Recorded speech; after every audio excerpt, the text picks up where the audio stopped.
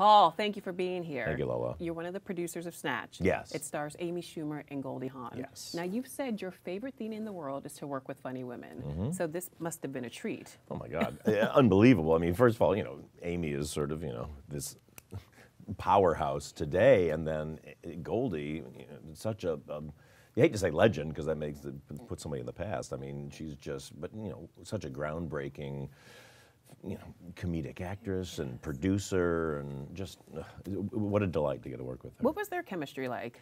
Through the roof, crazy. Because Amy loves Goldie, and so when Katie Dippold wrote this script that I was going to direct, it was back when we were finishing up Spy.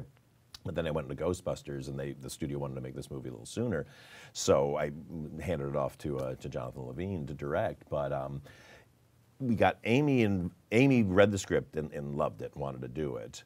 And then she immediately said, I want Goldie Hawn to play my mom, because she's such a fan of Goldie's. And she had run into her on an airplane a while earlier and had kind of accosted her and said, we're going to work together. And Goldie had no idea who she was. She's like, okay, dear. Yeah, thank you so much. Stalker. Yeah, but then they were together for the Glamour Awards in London, and Amy actually had the script, and so she went up and said, would you do this? And then we had Goldie. So in addition to Goldie Hawn, the movie features performances by Joan, Cusack, and Wanda Sykes. Yeah. Do you think Amy wanted to give these women that she reveres an opportunity to be in this movie because she has such a profound respect for them? Very much so, very much so. I mean, Amy knew Wanda from the stand-up world, obviously, and we're all such huge fans. And then what was so funny about Joan is, the part was written with no dialogue. It's about this woman who cuts her own tongue out because she was in the special ops, and so she doesn't want to give up any secrets. And we were always like, how are we going to get somebody to play this? Because nobody's going to take a part that you don't talk in. And actually, Joan was like, she loved the idea of the challenge of like having a role where she didn't speak, and so she jumped on board. And then we have the amazing Ike Barinholtz, who's so funny. But but Amy is really, she's great. She like all of us appreciate funny women, and also funny women who don't get to be in enough things and don't get to showcase themselves enough. Which is why I love making movies with these great female characters in them, because there are so few roles. But you're a man who talks the talk and walks the walk when it comes to giving women in Hollywood opportunities. Between Bridesmaids, The Heat, and Spy, you are a clear and real champion. Would you call yourself a feminist? I mean, I'd love to call myself a feminist, but I always feel like it's kind of like guys who call themselves feminists. It's something. I am very, very supportive of the feminist cause. Okay. I feel like, I don't know, there's something feels weird about like, hey, I'm one of you, because I'm so in support of feminism. So that you wouldn't dare call yourself a feminist. Yeah, weirdly, I don't know. I never know where people stand on that. Let's talk about Ghostbusters. Yeah. Okay, that was an interesting moment for you. All-female cast, your idea, and it was initially well received, but there was a bit of a backlash. Why do you think it was so polarizing for some people? I think it was a, what I didn't realize going into it, because I was in my early 20s when it first came out. I was in film school, and you saw it opening night. I saw it opening night, exactly. And we were just like, oh my gosh, this is what a great idea for a comedy. These people are so funny, and that was kind of the takeaway. I always had fond memories of it, but I didn't realize that sort of for a generation of guys, before or after me, I guess, they grew up with it, and it was sort of their religion. And what I didn't realize, it was just kind of the ultimate guys movie. Bizarrely, because plenty of women love the movie too, but so I think it stepped into a little bit of that, which is kind of silly, but I don't know. I think it was a lot of ado about nothing, and now that we're out there, the movie's there to be judged, and a lot of people love it, some people don't like it, and like any movie, you're not going to get everybody. But what I love is so many women that contact me have been inspired by just having those 4 kick-ass women in those roles, and there was so much science in it, and I just really, it did what I wanted it to do, and I'm very happy. I didn't realize that you were an actor first until I did this research. How does that inform your work as a director and a writer?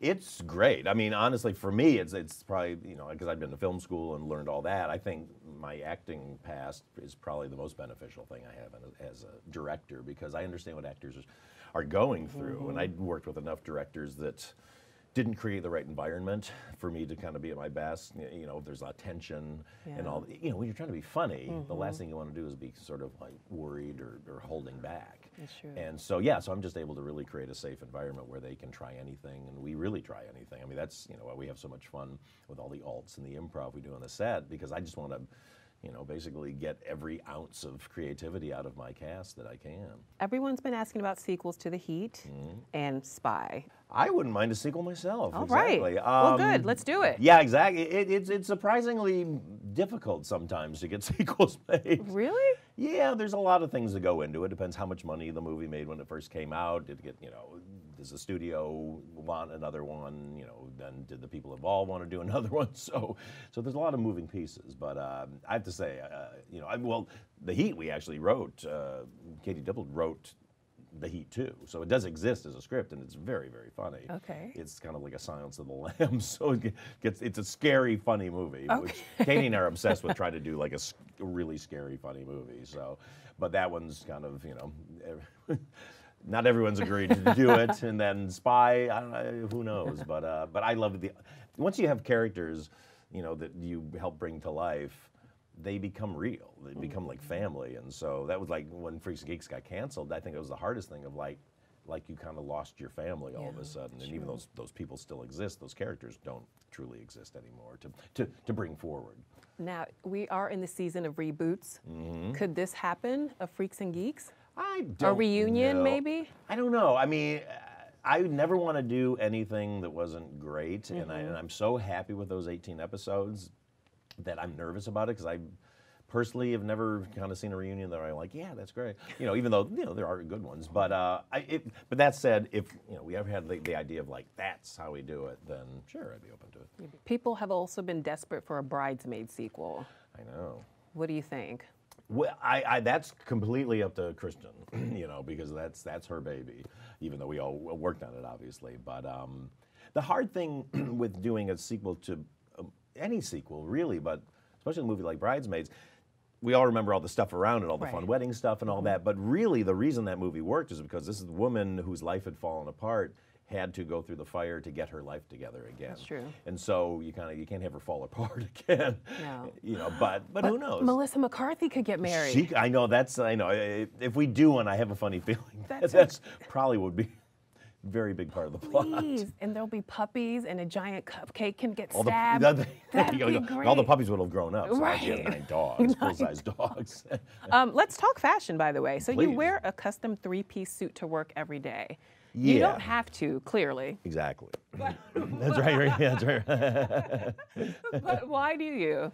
I have so many reasons. I love pictures of old Hollywood, where you'd see not only just the director and everybody in ties, but you see like the crew standing there like suit and tie and hats and all that. I just find it, I have this image like growing up of like when you watch a movie, you go like, I bet that's what it looked like behind the scenes. And so it's almost like when you have like a DJ you really like and something, then you go into the studio with them and they're like in sweatpants and stuff. You're like, oh, I kind of imagined they would look cooler than this. Right. And so I guess that same thing for me as a filmmaker, but also, I guess, since I'm so lucky to be in charge, you know, and to be the captain of whatever ship you're, sailing, which happens to be that movie, like, I want to honor that. Yeah. And I would say, like, if I walked on a cruise ship and the captain was wearing sweatpants, I'd get very nervous. Thank you so much for being We here. are, Lola. Thank you Please so much. Come back anytime. I would love to.